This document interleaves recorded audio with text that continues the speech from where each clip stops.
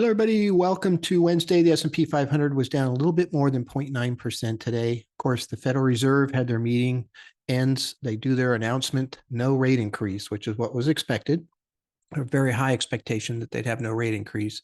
But what wasn't expected actually was that they would again insist that they're going to have another rate increase this year, and then two rate increases next year, which is actually better than the last time they did this. They said there was going to be four increases next year, but the market sees one rate increase next year, followed by a decrease, getting us back to kind of where we are right now. So kind of an interesting, differential between what the market sees and whatnot.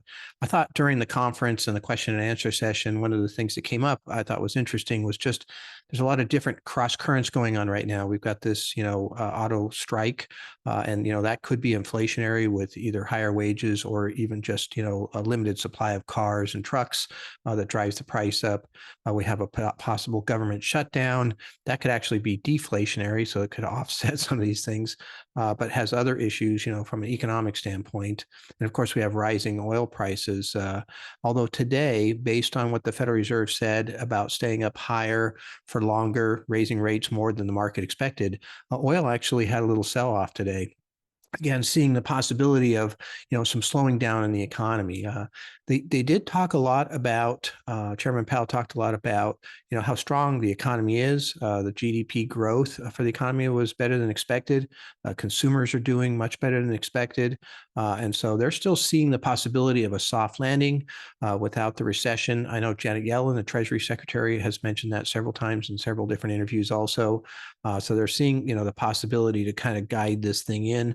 That's what they've been talking about so far from the beginning. So far, that's exactly what's happening. We'll see what happens over the next, 12 to 24 months and how these rate increases do and what have you too. But I don't think today was a really big deal in the end, kind of a reaction to, the hawkish tone that the Fed had, pretty much exactly what they want to happen.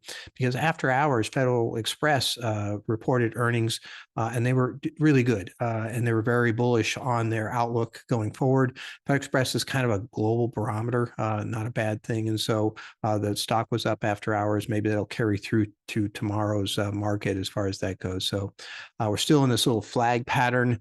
We're kind of heading towards the bottom of that flag pattern, and we'll see how that plays out. Again, a flag pattern in an upward market generally breaks out to the upside. We'll see what happens this time. But anyway, look forward to seeing what's going to happen tomorrow, and I will talk to you then. Thank you very much.